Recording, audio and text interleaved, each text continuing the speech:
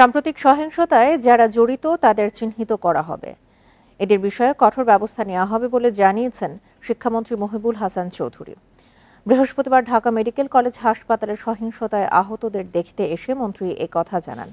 মন্ত্রী বলেন, এখানে যারা আহত আছেন তাদের অনেকেই শুক্রবার ঢাকার বাইরে থেকে এসেছেন। তাদের অনেকেই শিক্ষার্থী নন।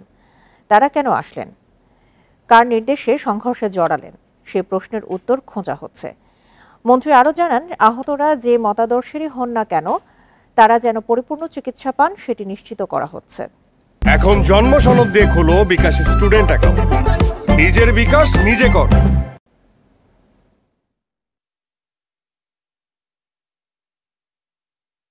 যারা আইন শৃঙ্খলা রক্ষাকারী বাহিনী তারা তদন্ত করছেন।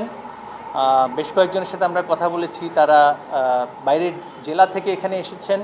অনেকেই বেশ আহত, তাদের সুচিকিৎসা চলছে।